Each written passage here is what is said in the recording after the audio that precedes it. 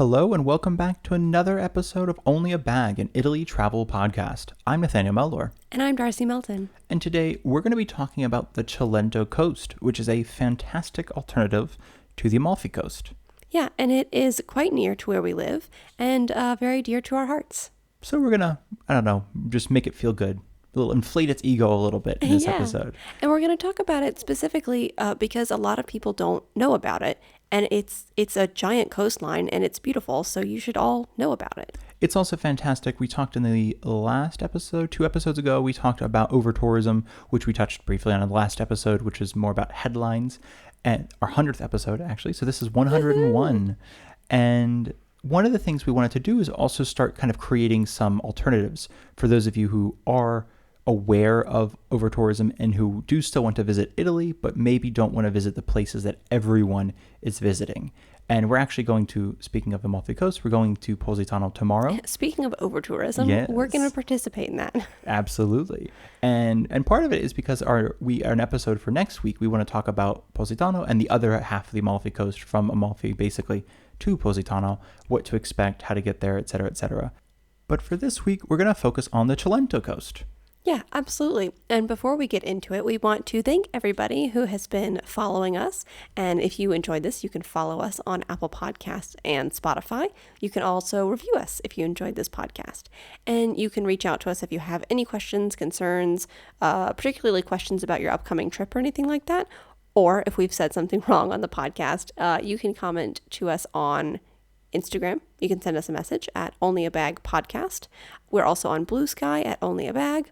You can go to our website, onlyabag.com. And also we have an email, onlyabagpodcast@gmail.com. Really just type in Only a Bag and we should pop up in most places. Only a Bag and message. Yeah, exactly. It'll pop up. And thank you all so much for those of you who have donated. We have a coffee, ko-fi.com/onlyabag. If you'd like to donate, if you enjoy this episode and you're like, you know what, I'm going to give them a couple bucks. I'm going to buy them a coffee, hence the name. So we did very much appreciate that. And without further ado, Darcy, take us away, the Cilento Coast. Okay, let's first explain generally what the Cilento Coast is. It's the coastline of the Cilento National Park, Alberni, and Val di Diano. Yes. Right? Yes. It's like the full name in English of the national park. Yes. So the Cilento Coast somewhat officially starts in the north at Agropoli and then it ends in the south at Sapri. You may have heard of the Cilento Coast because Piopi is a town on the Cilento Coast, and the coastline is full of lots of towns and little bits of towns that kind of spread that are called frazione, fractions. But one of these towns is called Piopi, and it is famous for the Blue Zone diet, which was sort of recorded there in English by Ansel Keys. But before we get into talking about several of these towns on the Cilento Coast, we want to let you all know that there's another coast called the Cilento Coast. And we want to basically tell you those are not the same. So Cilento is spelled Cilento. Ci in Italian makes the ch sound. So Cilento, if you're reading it, could look like Cilento. It's not. It's Cilento. And the Cilento Coast is a different coastline, and that is spelled Salento, right? Yes, and that's the heel of Puglia, basically. Mm-hmm. Or not even the heel of Puglia, the heel of Italy, which is essentially Puglia. And we just want to say, basically, because if you're Googling these or something after the episode, it can be confusing between the two of those. Even more confusing, potentially, is that there is a town in the region of Campania called Cilento, somewhat near Salerno, not related to Cilento. The Cilento is in the region of Campania. Campania, But the province of Salerno. Yes. So this gets fun and confusing. They ran out of names a while ago, and they just let's just keep reusing them. So yeah, the Cilento Coast. So let's start by talking about Agropoli. That is the northernmost town on this coastline, and it is quite large. Agropoli is also a town that if you are kind of experimenting, I think, with the Cilento, for lack of a better word, it's one that is the first one you hit coming down, obviously, past like Battipaglia, past Eboli, sort of past that southern Salerno coast, even past Paestum, which if you've been to, you might have heard of Paestum. We'll talk about that in a future episode, but it's the first one you hit that's really kind of when the landscape changes again, because I think the Salerno and Amalfi Coast is quite cavernous, for lack of a better word. There's a lot of cliffs, there's a lot of caves, there's a lot of grotto, there's a lot of this sort of really evocative landscape. But then south of Salerno, it gets really flat all of a sudden, which is lovely in a lot of ways. But then once you hit Agropoli, it's physically on a sort of cliff top, hilltop, mountaintop. I'm not really sure what it's described as. And it's kind of where a lot of people who are going to go swimming in Naples and Salerno might go south and stop at Agropoli. So it's, as you mentioned, it's the biggest, but it's also kind of the most, I don't know, I think it's just the most metropolitan. And then as you continue south, they get much smaller and smaller and smaller. For sure. I would also say, because we are basically offering you this information as an alternative to the Amalfi Coast, the town looks quite a lot like some of the towns on the Amalfi Coast, but where Amalfi basically is in the crevice of the mountains and kind of goes upward into the mountain from the sea. Agropoli, the medieval town of Agropoli, is on the cliff, like Nathaniel said, and then the sort of modern part of the town is at the base of the cliff as it kind of spills down. And that's actually going to be something that you'll see a lot of, especially in the Cilento Coast and even farther down in Calabria, is that there is an original sort of medieval or pre-medieval Greek Roman sort of town or settlement. Oftentimes it's high up, usually it's on a hill or, somewhere easily defensible. And then they would have gone down to either fish or down to farm. However, once, at a defensible position is not like hot real estate anymore, and people kind of flock to the sort of the flat plains around it, that's when you kind of see stuff like the built up apartment buildings or the hotels. So there's a lot of these places will have this really gorgeous old town that's fairly untouched, I would say, or at least it's difficult to get a car into. So it's difficult, as we've mentioned in previous episodes. It's not modernized architecturally. Exactly. I mean, they've retrofitted the buildings to have bathrooms and then running water and such. Yeah. But they look medieval on the outside. Very similar how you might find in some of the up and into the kind of craggy parts of the Amalfi Coast, where you're like, oh, this looks very untouched, versus down near the shore is going to be a lot more like, oh, y'all had money. Mm-hmm. And then 1980s apartment buildings. Yeah, y'all had money in the 1980s. Yeah. And I will say that whenever you look at pictures, for instance, just for y'all's reference, when you look at pictures of certain towns along the Amalfi Coast versus Cilento, like we were talking about, or different beaches in Puglia, I will say that while there are certainly stretches of very unattractive 1980s apartment buildings, there are fewer, I think, on the Cilento Coast than on other coastlines. Would you agree? I think so. I would agree, and that is part of the reason we like it so much, if I may, is because it is a national park. Mm-hmm. So building is not necessarily prohibited, but much more difficult to do. And you'll notice, really, and the reason I mentioned the sort of the flat land, and then you hit Agropoli, is all of that is just, it's industrial, it's apartment building, it's just trash mostly. And then you hit the Cilento Coast, and it's like, wow, this is more or less untouched. Even some of the beaches you're going to talk about have these lido, and we talked about the lidi before, which essentially are those beach. It's like a pop-up beach bar shack. Exactly. And some of them are more permanent, especially around the Amalfi Coast. They're more permanent, they're structures. And then there are some beaches in the Cilento where they legally cannot be permanent, so they do just pop up for the season. And then they have to be broken down, I think, by the end of October or something. So I think the Cilento, one of the reasons we like it is there's very much an untouched feeling that you don't necessarily see just north of it. You don't necessarily see in the Amalfi Coast, or even in Cinque Terre, which could be another, not alternative, but Amalfi Coast and Cinque Terre are quite similar in for sure there's similarities. Mm-hmm. And so speaking of kind of how beautiful this area is, Agropoli has quite a long stretch of beach. And they also have something called the Baia di Trentova, which is essentially a cove, which is not... It's in the greater area of Agropoli. It's not in the center of town, but it's really beautiful. So you have to drive to get there. But I will say that they do have a parking area, and it is €5 a day to park. So if you've driven there, you can park all day. I'm going to guess it has fewer people than the regular beach in Agropoli, but it is smaller, so it will become packed more quickly. Which is crazy, because I think the Amalfi Coast, most of those parking garages are in the neighborhood of €5 an hour. Mm-hmm.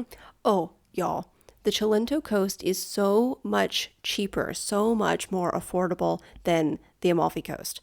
I mean, it makes sense. Fewer tourists who aren't Italian know about the Cilento Coast, so it doesn't have increased prices. But where I feel like you might spend $250 a night for 2 people to stay anywhere on the, let's say between Positano and Amalfi, some of the bigger towns, you would spend maybe $90 a night in Cilento. Certainly there are more fancy hotels and luxury and spa hotels that you can go to and spend more, but by and large, you're going to find things that are a lot less expensive. And I mean, also just to say that food is going to be probably a lot less 100%. expensive. Oh my God. And so good. Oh my goodness. I just want to say, we've talked about this a lot. Southern Italian food, tip top. 10 out of 10. Amazing. And because there are more Italians than other tourists who visit this coastline, and there are people who actually live in these towns, full That's time. a huge point. Yeah. And a lot of these towns, well, not a lot. Some of these towns are bigger than towns on the Amalfi Coast. Yes, for sure. Others are frazioni, they're neighborhoods, they're hamlets. There might be 3 people living in a tiny hamlet, but some of them are larger towns. So that's all to say that real people live here full time, and therefore there are restaurants where those regular people want to eat. Yes. So there are going to be a lot of options for really authentic, wonderful food that is often quite affordable. There's also a lot of like agriturismi, like these sort of farm stay type things in the Cilento, partly because there's a lot of like farm land and historically things were farming as well as the sea. I mean, just into the Cilento, there'd be a lot of farming happening, and partly because there was a lot of initiatives to like basically dump money into these agriturismi to like increase tourism in the south. And the reason I mention that is because and Darcy, you're going to get into it in a second, I think, of like how to get around this area. But if you happen to be renting a car, genuinely, like your world's going to open up in terms of food. Like the food on the coast is good, and there's a lot of good restaurants. But as soon as you kind of get into the mountains, where again, it's kind of like to be a restaurant. I think we've talked about this before. I would argue that Italy does have a culture of going out to eat, but it's more around going out to eat something you might not be able to make at home as easily. Mm-hmm. So I think there's that sort of pizza, for example. Not everyone has a pizza oven at home, so of course you go out for pizza or something more elaborate. And I think while everyone has a pasta dish, it's more common to get pasta dishes that you might not easily make at home than like a spaghetti marinara type thing. So I say that because in the Cilento, there seems to be a lot of really good restaurants simply because their market is people who are like, when I go out to eat and I spend 30 or 40 bucks, I really want good food and I don't have patience for bad food. And that I think is the biggest reason. It's sort of like almost on accident, I guess. It's this sort of make or break situation where if you're not good enough to stay in business, then you're just out of business. And some of these are, to be fair, closed in the winter and stuff, so they only make money in the summer. But I only mention that because the food here can be phenomenal. Mm-hmm. I will also say, in case you don't want something fancier, if you do want something that's a bit more homemade, there are several like family-run sort of mom and pop style restaurants where you will find the pasta with red sauce for less than 10 euros. Certainly, around us, it's about 5 euros per pasta plate. So there are both. There are certainly the places where Italians who live here go thinking, I want something special, and then there are the places where you go and you're like, I just want grandma's pasta. 100%. Yeah. So let's briefly talk about getting around Agropoli or getting to Agropoli. Sure. Okay. So getting to Agropoli is going to be a lot easier than some of these other towns because they have not only a train station where you can get a train from Salerno, from Naples, anything like that, straight into the town. They also have a ferry stop. Lovely. And I will say that some other towns along the Cilento Coast say that there is a ferry. I couldn't find any confirmation. Classic. Beautifully classic. I could find the site for the ferry, which I'll link in the description, but it almost seems like it's either seasonal or isn't functioning anymore between the towns, but you can certainly get a ferry from Salerno to Agropoli, which is pretty cool. And if I may actually jump in, not to keep jumping in, but that is actually one of potentially the reasons we like the Cilento Coast so much is not every town has a marina. So even historically, like they would be sort of, if you've ever been to Cilento, you've probably seen it, where they pull the fishing boats on shore, like those sort of classic wooden rowboats, essentially. And that would have been a lot of the areas, even like Scalea, which is a pretty big, almost city in the summer. Not almost, it's a 300,000 person city in the summer. City, still brings their sort of boats on the shore, like the 15 people that own boats still. But that would have been more common than the marina. So I personally always find it a little weird swimming in a marina or swimming near a marina. I don't like swimming near boats. Yeah, it's like the boat fuel. It's like I'm always wondering, like, did you throw like, I don't know, like fish hooks off board? There's always a weird thing like that. So for me, it's always a little weird to swim near a marina, and that's one of the reasons I like the Cilento, especially compared to Amalfi Coast, which I think almost all those towns have a marina, partly because there's a ferry to all the towns. Mm-hmm. And some of these towns will have a small marina for personal boats, and often they're like fancy. Yeah. Not like yachts. They're just kind of fancy, I think. I don't have a boat. They look nice. Yeah, exactly. But this one, but Agropoli, you can take the ferry there, which is really convenient. And I think it's quite affordable. You can also, like I said, take the train straight into town. Super easy. Super easy, yeah. So Agropoli is really a great choice if you want to try out another town that is similar to the Amalfi Coast. For instance, if you're coming to Naples, if you're coming to Salerno, anything like that, and you want to go slightly farther away but not get too into the weeds of the Cilento, Agropoli is a really great choice because they have the train or the ferry. They have a medieval town and a modern town and a really large beach area. They've kind of got it all. Sure. Yeah. So really good choice. Okay, next, going south, is Santa Maria di Castellabate, I think it's di Castellabate. I love it. There's so However many you say it, D's say and it your dells way. and das in this language. Okay, so it has a really cool, it has a really cool old side of town. And then that you can see from the beach if you're standing on the beach. And then it has like a new Miami side, Yeah, it really does. which is, I think, really unattractive. It's not like fun, cool, colorful Miami. It's like, oh. I'd almost say it's kind of got the sort of Russian beach resort vibes. Like Yeah, the sort of like, we in put some this parts. really interesting futuristic-ish building, I mean futuristic in the 60s, 80s, 70s, but like right on the water. So some of those beaches have a really nice, beautiful like ambiance and view, and you're kind of like, oh, this is what living in Italy is like. And others are like, oh, this is what's living in Italy is like. Okay. So you get both sides. Yeah. You get a really authentic experience. Absolutely. I will say that these beaches are sand beaches, at least some of them. So along this coastline, and I feel a lot of Italian beaches are pebble or rock beaches. I think at least most of the ones we go to are, if That's been not our experience. most in the area, at least that we are. So I'm going to try to make a note for you all whenever it's a sand beach. And some of these are sandy beaches on okay, the in the Santa Maria di Castellabate. So you will have to drive here. There's no station, and the bus system, as we have said, in southern Italy is sometimes confusing. However, I will say that there is, and I'm going to put this in the description. I'm not going to tell you guys exactly like which bus number you need because it's going to change. But there's a bus called the Cilento Link, and that is a small bus service that really services just the Cilento Coast essentially, and then up into Salerno. And I think sometimes they'll take you to Naples or to the Naples airport. Is it run by Trenitalia or is it something else? No, it's just Cilento Link. Interesting. Okay. Good to know. Because I know that Trenitalia does a link after all there, but like Certosa Link and Pestum Link and things like that. So actually, that's a good question. For some of these, I will say specifically in a moment, you can take the Trenitalia train, and then your ticket will link up to the Cilento Link to get you further to that town. So they might have a cooperation, okay. but I don't think it's owned by Trenitalia. Okay. I think it might have another parent company that's Inter something, but it's just Cilento Link is the mark of the bus. That's cool then. Okay. Yeah, super cool. So you may be able to get here with the Cilento Link bus, but I would say it is easier to get to this town with a car. That's fair. No, unfortunately, I think that's something that is going to be repeated for a lot of this. I will say, like, we live here, so there's a number of bus services off the top of my head that I know goes through these towns, and then a lot of them, unfortunately, are you just buy a ticket on the bus. So it means that on one hand, you don't really have, I mean, planning is very loosey-goosey. It's kind of nice. You can just be like, yeah, if we want to leave, we can leave whenever. On the other hand, if the bus is full, which is not that common, but it will be more common in the summer. But also the buses from us don't necessarily go direct to any of these towns. They go around their elbow to get to their nose or whatever sometimes. And they're not, also the buses that we get from our town are not the buses that you would get from Salerno to go to these towns. That's true.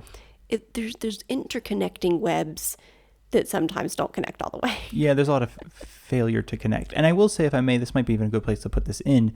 is while we do encourage sort of tourism to other parts of Italy, just like the Cilento or anywhere, like when you see over tourism and it's really big, Venice and Amalfi Coast, Cinque Terre, Rome, Milan, Bergamo, I think. Not Bergamo, the other one in the mountains that everyone's like, you got to try this mountainous town in the north. And I always forget the name of it because I always confuse the Bergamo. It's not that important. It's going to come to me. I'm just going to spit it out loud. But okay. And then Lake Como is another one. It's the one that's very Germanic.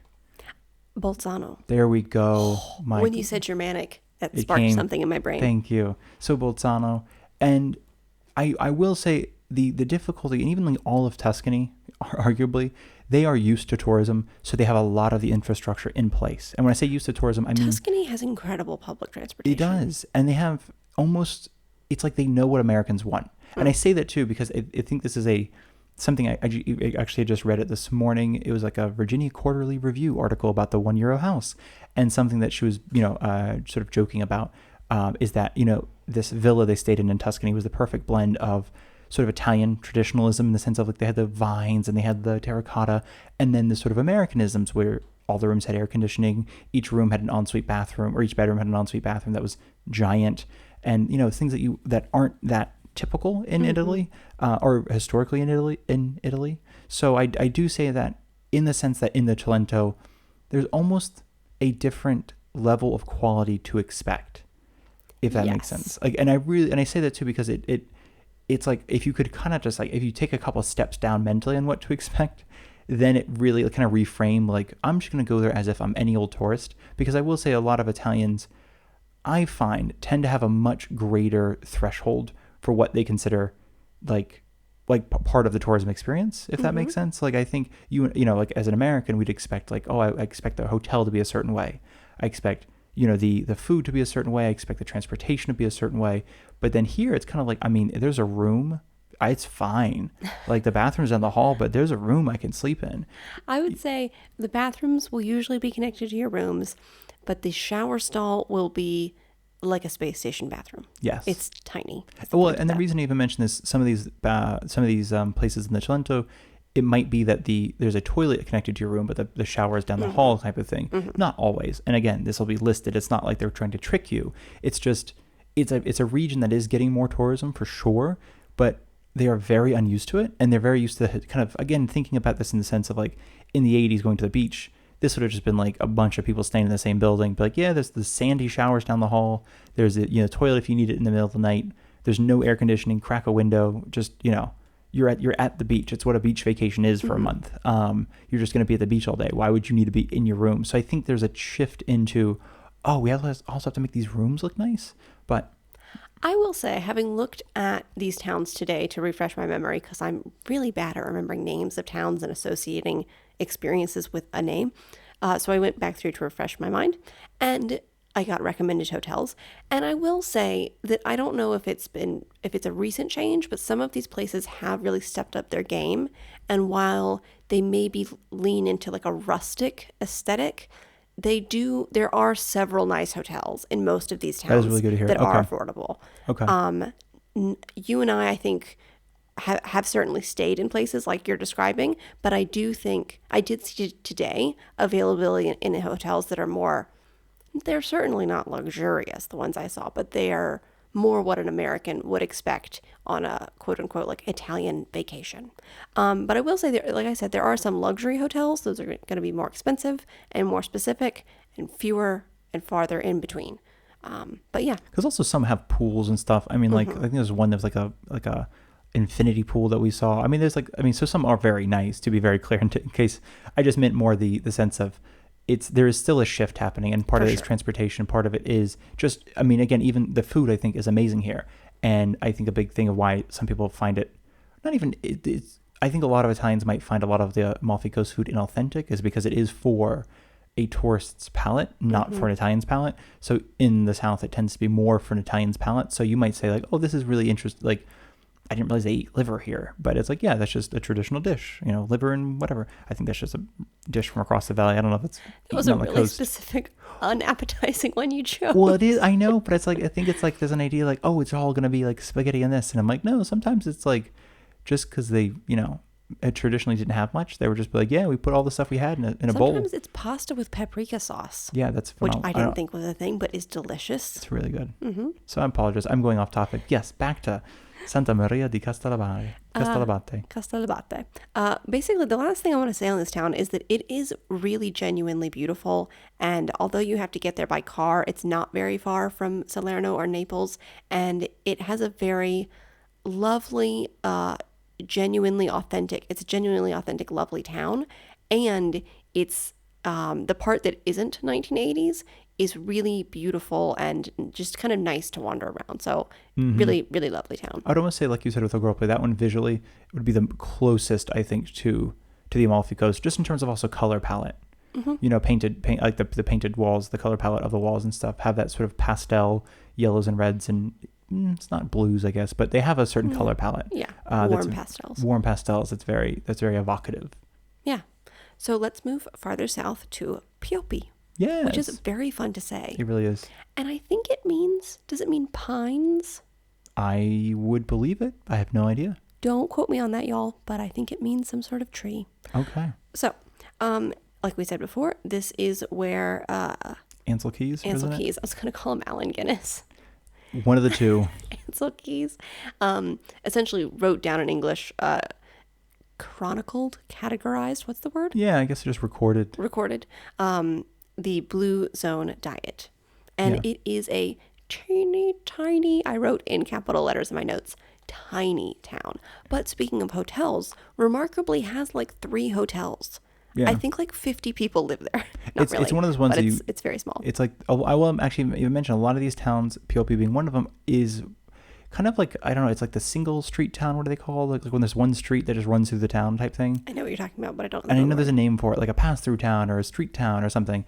And that's what Piopi is like. That's what a lot of these on the Cilento Coast are like. It was built up around some sort of original road that became a paved road, but you blink and you've driven right through Piopi. So yeah, it can be not as impressive from the outside, and then you get there and you're like, oh, okay.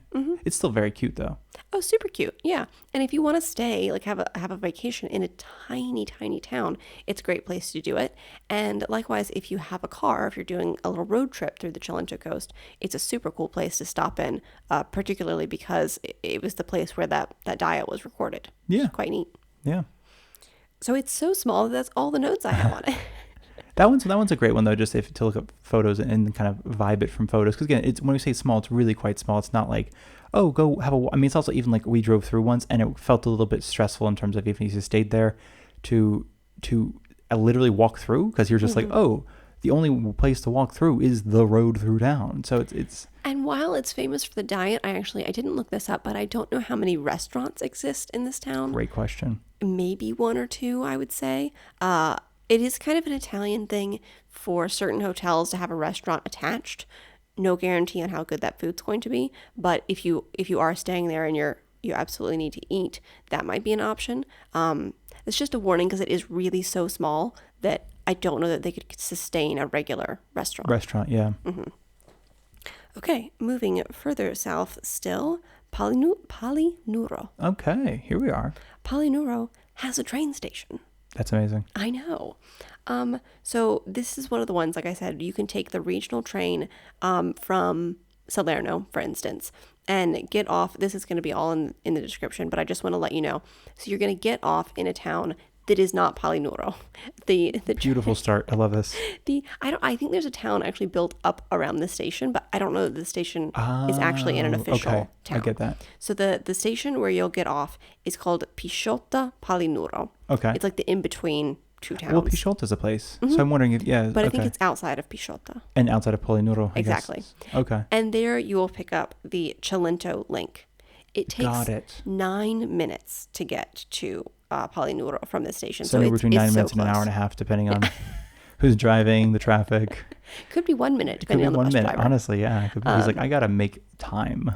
But I'm just saying that so that it's really very close, but the train doesn't get you all the way into Palinuro. So I guess I misled you when I said it has a train station. Well, it does, though. I mean, in terms of the Certosa link, it's not a bad place, I feel like, you can get most of the way and then catch the bus, and then you're at least in it, which is a little bit easier than trying to rent a car or finagling the bus on your own from some other far-flung place. Mm-hmm.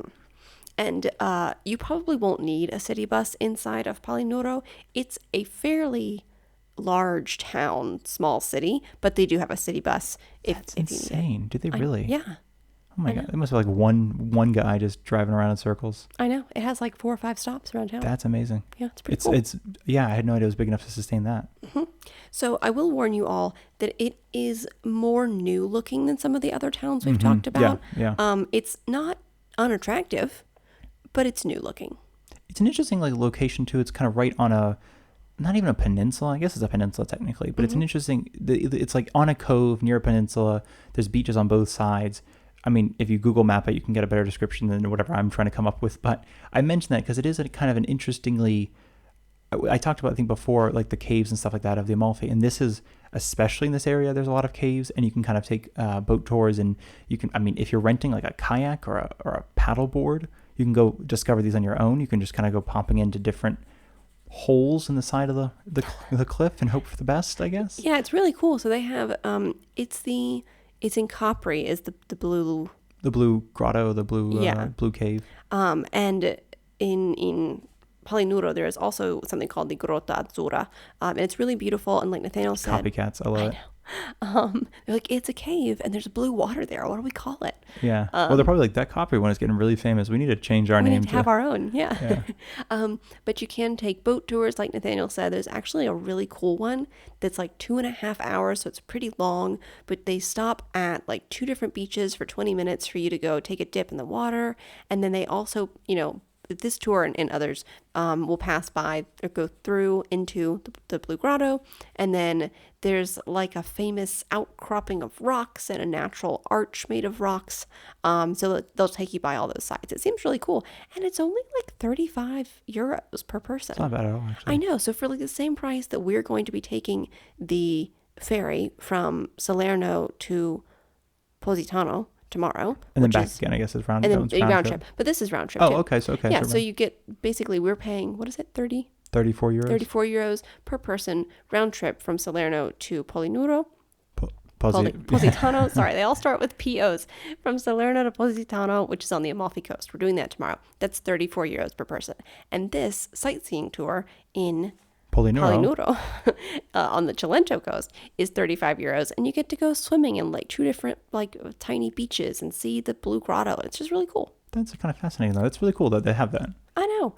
Also, one other note about Palinuro is that it does have some sandy beaches. Oh, good. Okay. I do think, so when we say certain towns have beaches, it's not necessarily that they have one continuous coastline. Sometimes they do, but sometimes it will be different little areas of beach throughout the town and around sort of the area to the next town. Yeah. And I will actually, that's a good place to mention. I was going to mention earlier is that almost all of these towns have a beach. Just, I think, like the Amalfi Coast. I can't think of any towns on the Amalfi Coast that don't have a beach directly attached to the town. Except for the ones that are up in the mountains. I think they all have at least some sort of water. I say that too because I know that like the real part of Vietri sul Mare is kind of up above the water a bit, and then you can go down towards the water. But I say that because it's one of those things that, again, in the Cilento, it's like, yes, like all these towns have a beach, but you really don't go to those beaches. You go to the beach that is a 2-minute drive or a 10-minute walk or something like that. However, I only mention this because if you are thinking about a more relaxed version of a beach trip with family, especially with kids, almost all of these not only have beaches, but also have boardwalks that make a really lovely, like, sort of evening stroll. Mm-hmm. Absolutely. So moving south, let's talk about Marina di Camerota. Yeah. You can also get to Marina di Camerota by taking essentially the same train line from Salerno to the Palinuro Pisciotta stop. Same stop as you would for Palinuro, but this one you're going to get the Cilento link, and it takes 40 minutes. Oh, okay. Yeah, that makes more sense. I was like, they're not like that close together. Okay. But it's just to say that even though it doesn't have its own train station or a train station named after it, it's still accessible by public transportation. Okay. Exactly. It's also the only one, I think, that has marina in its name, which I just mentioned before, that there are very few marinas. This one has a pretty heavy duty marina. It does, yeah. Also, speaking of water, it has a mermaid island that you can see. Well, that's kind of cool. I did not know this. I know. It actually doesn't have any information about it. Beautiful. So somebody just named it, put it on on some random website. Might be the case, yes. But it was so interesting that I wanted to tell you all. So it's called like Isola delle Sirene, I think, like the Siren Island. Okay. Siren translates to mermaid, by the way, for everybody. I'm curious about it. It essentially doesn't mean bad siren. It can just mean nice mermaid. Good siren. Yeah, exactly. So, and I mentioned this because in off the coast off the Amalfi Coast in Positano, you can see the islands that are owned by that billionaire dude or whatever. Amazing. I love the description so far. But they're known to have sirens around them, and I think those are actually supposed to be sirens, not happy nice mermaids. But whatever. It's claimed, I think, that in the Odyssey, that the island of sirens were the 3 islands off the coast of Positano. Exactly. We have nice sirens down here in the Cilento Coast. Yeah, and I feel like I mean, maybe they were just having a bad day. I don't know. Who knows? I've never met those siren mermaid ladies, so I don't want to say anything about them. Maybe they were just a little bit grumpy. But yes, this one's supposed to be nice little happy mermaid island. There's nothing on this island. I think if you have a private boat, you can go to the island, pull your boat up on the sand and swim around. It's tiny, but just kind of fun to know. On that note, just very quickly, if you have a private boat, you cannot do that on the Siren Islands off the coast of Positano. They're privately owned. You cannot moor off the islands, and you cannot pull your boat onto the islands. That's the difference. Yeah. And so there are lots of beaches in Marina di Camerota, and some of them are sandy. It also has, in addition to sort of like smaller beaches that are disconnected, a pretty long stretch of beach inside the town. I also want to just throw out there, I personally find Marina di Camerota to be, like, at least the beaches there, kind of garbage. However, just north, between Marina di Camerota and Palinuro, there's a long stretch of beach. It's really lovely. In the summer, they put out the lidos, but it's really kind of, again, I keep using this word evocative, but Is this where we went? Yeah, we've been a couple times, and it's pine trees on one side of the road, a cliff on the other side. I mean, cliff going up, not a cliff going down on the other side of the road. And then through the pine trees is the ocean, is the water. It's so cool because I don't know if you have experienced this before. You're going to be like, Darcy, you're so silly. But I never experienced this until we went there for the first time, where you walk through a pine tree forest and then come out on the other side, and it's just a giant stretch of beach. Like, I'd never walked through a forest to get to a beach before. And I think because you and I come from a place where it's marsh, so it's like you walk through 45 minutes of marshland to get to the beach. And sandspurs, but not like a forest. And that was kind of wild. And I will say that one's just lovely. It's all sandy, super clear, super beautiful. It's also, in our experience, we've only been 5 or 6 times. It has the fewest giant rocks under the surface of the water. I say that because it seems like a really big thing in Italy.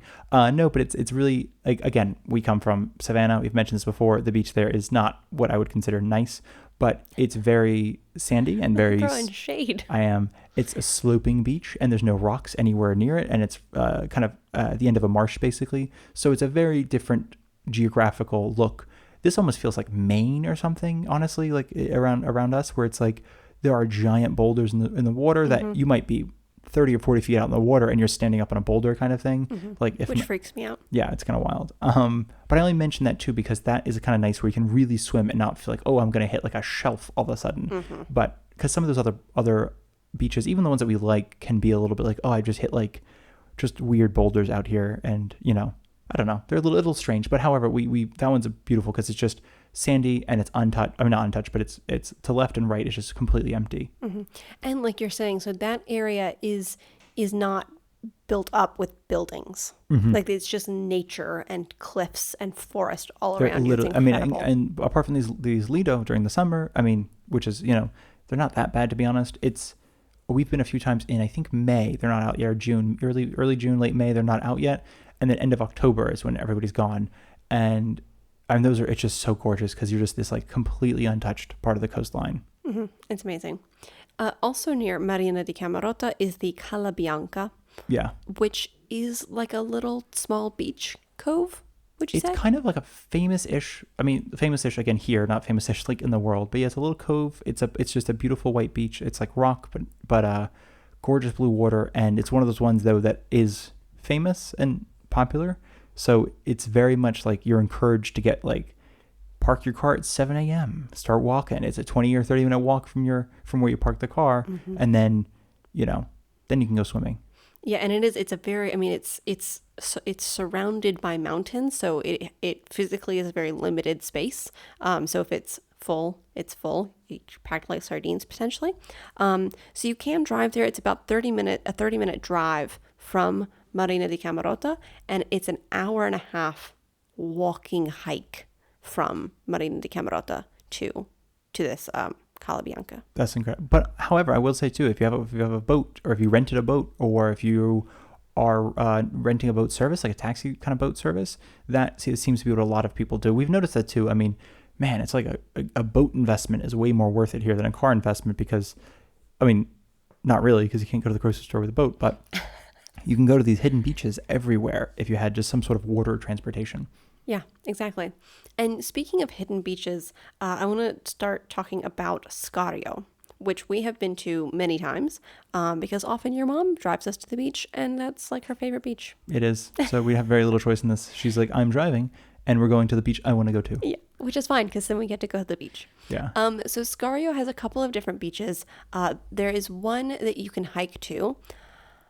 We've hiked it twice. It's a lot. It's a hike. It's certainly an actual hike. It's quite slippery in some places. It's got like dry, arid mountain face, and then under humid trees. So then there's like wet leaves. It's beautiful. If you enjoy hiking, I absolutely encourage you to do it. You do have to, I guess you don't have to. You could walk up the road from the town and then do the hike, but you can also take your car to a certain point and then park it along the street and then hike. Yeah, there's a few ways to walk there too. Even from there's that they call it glamping. It's really more like tiny homes that you can stay in, and there's a walk to that beach from there, and you can walk to that glamping place from the town. So you could in theory walk there. It's a little bit long, but again, consider, and I think this is like maybe a good place to put it, is that we've talked about blue flag beaches a lot, and this would be a region I think with a lot of them, especially going solely off of water quality.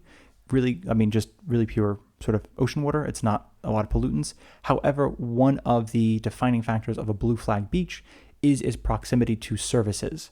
Part of that is like medical services, like if emergency services. Yeah, if you got hit by a stingray or something like that. So can you get to an ambulance?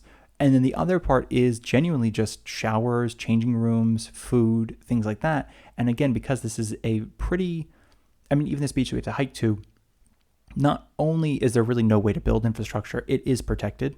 So you really can't build infrastructure. So it's a gorgeous beach. It's just, you kind of have to, it's like that hiking thing, carry everything you need and leave nothing but footprints or whatever it is.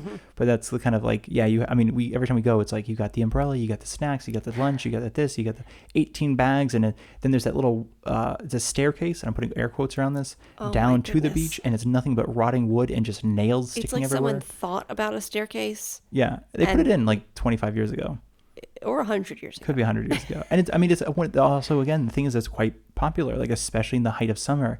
It is a phenomenal beach. It's a couple of like almost 2 or 3 kind of hit like coves. So you kind of like choose which of the 3 coves you want to be in. It is really genuinely so beautiful once you get to the beach. I mean, the hike is beautiful as well, but like once you get to the beach, you can relax. The hike is beautiful, and for me, it's stressful because I'm not a hiking girl. And then you know that at the end of it, you're like, oh, I have to hike back. Exactly. And so I would just warn all of you, if you are an able-bodied person and you enjoy hiking, absolutely go. If you're an able-bodied person and you can fall and get back up and be totally fine, go for it. It's not a place I would encourage my parents to go, for instance. Sure. Because that's just not relaxing and it's kind of dangerous. Yeah. No, it can, it's one of those places that like, you always read about in the news. I feel like, oh, they slipped. I'm like, yeah, you're one slip away here from because there are some parts where the trail gets really narrow and one side is just a fall off. And then the other side is, not into water, just into like brambles and rocks and things, into the forest, I guess. But no, it's still, again, part of this though is to explain, like, and this is a good explanation of, they're still not really that used to tourism. I feel like if this were in the Amalfi Coast, it'd be a really beautifully laid out path, beautifully laid out and taken care of stairs, or, whatever it would be, down to the water, and it'd be fine. But here it's it would also be full of tourists exactly and almost inaccessible because it would be too crowded. But it's not. No, exactly. It's gorgeous. Cilento. And it's also got a lot of these salt pockets everywhere. It's like all the salt kind of dries up on these bowls in the rocks, basically these natural bowls in the rocks. We saw so many cool, weird sea creatures Mm-hmm. so the rock kind of crumbles down. Not crumbles. It goes down into the sea, and then the sea obviously washes over the rock. And all these little animals exist in these little tiny, like not even tide pools, but little pools inside the rocks. I mean, If you like, I mean, it's amazing. It's honestly, if you like any sort of wildlife, it's just so cool to go there, and because that's the only place that I've also, again, I mean, coming from Savannah where you can't really see in the water and you're not really sure what touches your foot. You're like, that could be anything.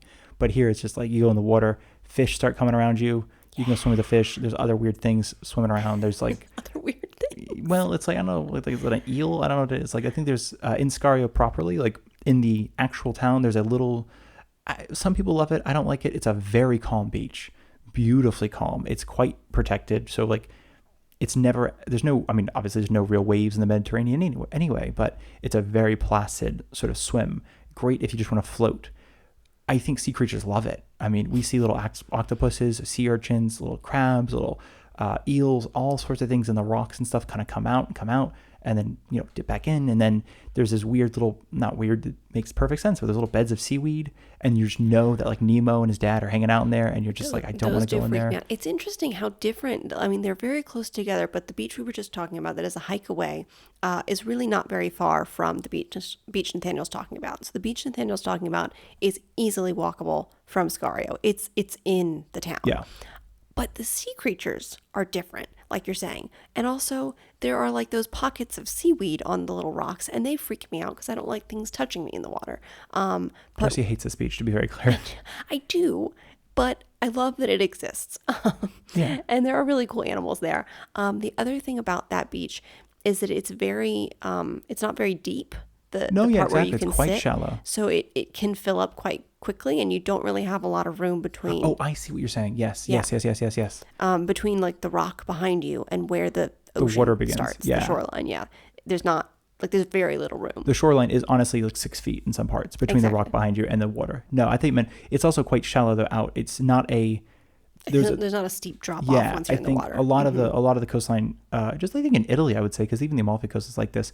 The first few feet, you're like, oh, this is nice, and then you're like 6 feet out, and you're like, oh, this just fell away. Yeah, absolutely. And so going in our mind, walking from the beach, you've had a lovely day. You want to go hang out in town. There's a lovely the old part of town which goes alongside the water and has what would be like a boardwalk, but it's paved. And it's really, really pretty in Scario. And then there's like the newer part of town, which isn't unattractive, but it's certainly newer, meshed in with the old part of town. There's some really beautiful parts, and there's some really like, oh, okay, yeah, they chose to build here, okay. And I will also mention there is a marina in Scario as well, a lot of boats, but there's also a ferry service. We're actually going to be taking that like Friday, but and this is something I've recommended to a lot of people on Reddit actually, is that people really want to find a hidden beach. They're just like, I just want to find some place where I could just relax for like 7 hours. And one of the best things to do is to go to Scario. There are ferry service, like only 1 or 2 companies run it, but they basically drop you at one of 3 or 4 different sort of hidden coves, hidden inlets that you would need a boat to get to otherwise. The negatives of this is that you can't leave on your own. You're surrounded by a cliff face. However, apart from the people who arrived on the boat with you, it's kind of fairly secluded. And only, I think it's €6 round trip per person. So it's really affordable to be like, I just want to get on the boat. I'm going to go out. I think on the boat, they sometimes like sell snacks and drinks and stuff, but then obviously most people bring their own lunch, and then you go and you spend the day in just some beautifully hidden part of the coastline. I'm really excited for that. Mm-hmm. So let's finish up the episode by talking about Sapri, the final town. And the other place you can get a train to, right? Yeah, exactly. Where it's nicely bookended, I would say. Yeah, exactly. And this train, just like Agropoli, it actually comes into the town. It has its own train station. This is also, if I may, though, Agropoli and Sapri are both great places if you are looking to like take a train in and then like rent a car or something like that, because it could be a good hub basically. Absolutely. Agropoli is a little bit more, I wouldn't say Sapri is better because you're actually in the Cilento at that point, and there's a lot to explore both in the mountains of the Cilento as well as along the coastline. Agropoli, you can only really go south. Going north is just awful. Yeah. Awful. But no, if you, I think there's a couple, I mean, at least I know around here there's a couple car rental places, so I can imagine there's at least one or two around Sapri and Agropoli.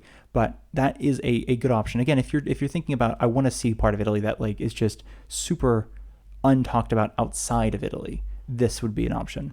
Yeah, and so Sapri and Scario are fairly close to us, and I mention that because if you are renting a car, I know that there are lots of small towns up in, if you want to Tons. drive up into the mountains around there, lots of really beautiful small towns to visit.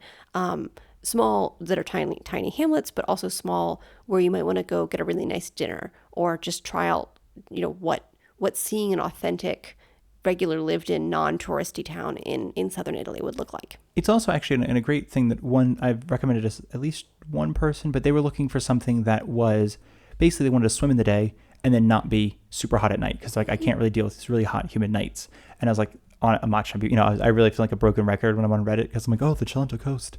But honestly, that's the thing is, like you and I are only about 40 minutes from the beach, which seems like a lot, I think, by like Italian standards. But in the States, we were 40 minutes from the beach and it felt like it was right there. So it's kind of a funny how this changes over like being in Europe versus being in the States. But there are tons of towns that are high above the water, even if it's in the mountain, but it's really nice because in the day it's 90, 95 degrees. What is that, like 34, 36 degrees Celsius, somewhere in there. And then at night, though, where the coastline doesn't really drop that low, I mean, it's a 10, 15 degree difference. Even us, I mean, we'll have like you might need a sweater. Yeah, because we light have sweater. Yeah, no, exactly. Because even during the heat wave, we had like, 90 something degree days, and it went up to like 60 at night, or went down to 60 at night, and like a 30-degree shift. And again, though, it could be a lot, like in terms of if you're like, I have sunburn and now I'm shivering. But it's nice for those of you who can't really deal with humid evenings. If you have a car, you're like within 10 or 15 minutes from just being this really beautiful, clear air, gorgeous mountain wind type of place. Yeah, absolutely. And Sapri has quite a long stretch of beach as well, which is really convenient. Yeah. They also have, like we've said with all of the other places, coves and different small beaches that you can get to by driving or by taking a boat. There's also so the trail that I was talking about in Scario to the other beach is, I guess it is marked as a hiking trail, but it's not something that's like, oh, if you're looking for a hike, go on this hike. This one in Sapri is actually like, if you're into hiking, here's an official hiking trail. I do think that you have to drive or walk along a road from Sapri to this trail, but it's supposed to be like beautiful and scenic and really, really wonderful. I will mention too, if I want to mention too, that some of these beaches I will mention, why do I keep saying I will mention? Some of these beaches I want to say have those protective towers above them. We've talked about them before, but it's the, over like a 400-year period, basically all these different Napolitano and Italian kings built these guard towers along the coast, basically to prevent from raiders. So if there was a raid, they could signal each other, protect the coast type of thing. So all these towers are still there. You'll see them on the Amalfi Coast. You'll see them, I mean, really anywhere on the southern coastline of Italy, and there's tons of them. Most of them are places you can visit in terms of like almost all of them are essentially those that are not privately owned are almost all touristy sites. Even if it's just from the outside. Some of them you go inside of and go up to the top of and look around. But the reason I mention that is because it does seem popular to be like have a beach next to a hike. Like there's a way to like, oh, if you want to walk up the cliffs and then go, see the view and then come down, that's a nice way to get, sweaty and then get back into the water. And I'm like, that's the worst way to spend time at the beach. Exercise? No. I'm here to relax. Yeah. And you can do both on Apparently. the Cilento Coast. Yeah, I love that. That should be their tagline. Yeah. Exercise and swimming in the Cilento. Yeah. Italians are really I feel like Italians aren't into like a gym exercise generally, but people here are always up for a walk. It's amazing. And I am not. I don't get it. We can walk there. I'm like, we don't have to though, do we? It could be reached by other methods, I think. Yeah, we're very, I don't know if it's lazy, just more like, I don't know. But that being said, we go back to the States and we're like, everyone drives everywhere. I'm like, oh my God, I just want to walk. Yeah. I just need like 5 minutes. That's true. So it's kind of funny how it changes. So that's the Cilento Coast. Obviously, that's not all the towns. Like we said, there's so many towns along this coastline. But those are some of our favorites and some of the bigger ones. And like I said, I'm gonna put a link in the description to the Cilento link and these couple different boat tours and things like that, so that you'll be all ready to go for your authentic Southern Italian vacation in the Cilento Coast. And if you haven't been convinced by this, if I can convince you with one other slight convincing argument, is that only in very few places on the Amalfi Coast, namely sort of at the very tip or very high up, like in Positano, can you see the sunset. However, the entire Cilento Coast, you can see the sunset. So the sun setting over the water is just gorgeous from the Cilento Coast. Unless you're at one of those weird places where the cove sort of curves around and it happens to be blocking it. Most of the, like we talked about, the space between the Marina di Camerota and Palinuro, that entire beach is just this gorgeous sunset, especially at Lido. So you're at a bar, you have a drink, you're at a table, plate of fries, having some beers, whatever it is, I don't know. And then some popsicles for the kiddos. Some popsicles for the adults as well. I love popsicles.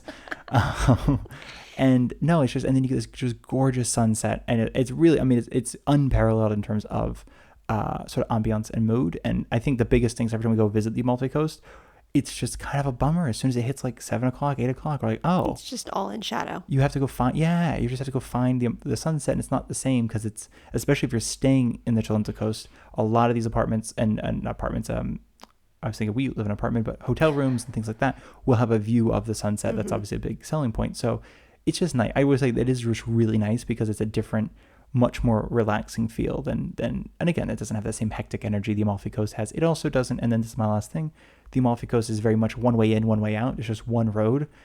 While I think with Pioppi, I mentioned this one way in, one way out.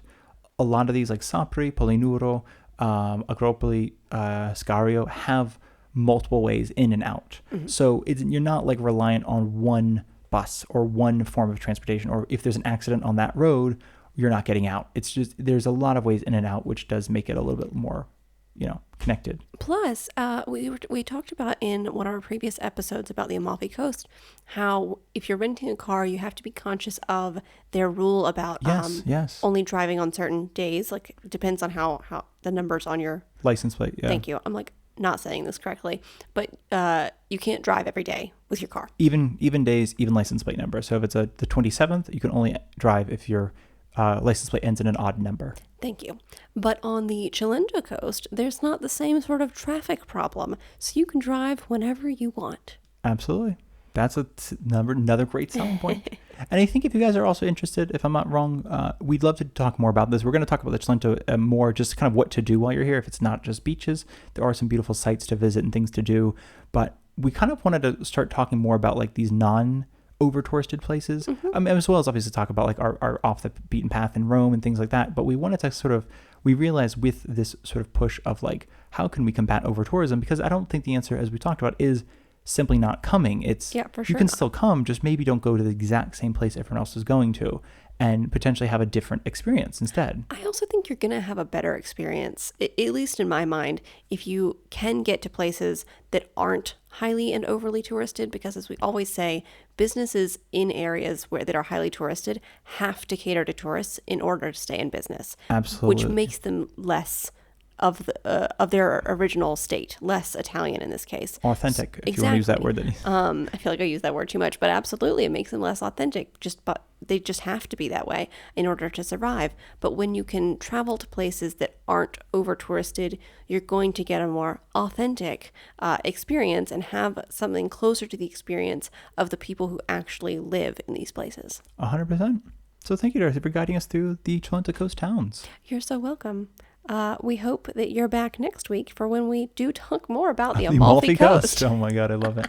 And thank you all so much for listening. If you'd like to leave us a review, you can on Apple Podcasts or Spotify. If you'd like to send us a message, you can do so. Only a Bag Podcast is our Instagram, as well as @gmail.com is our email address.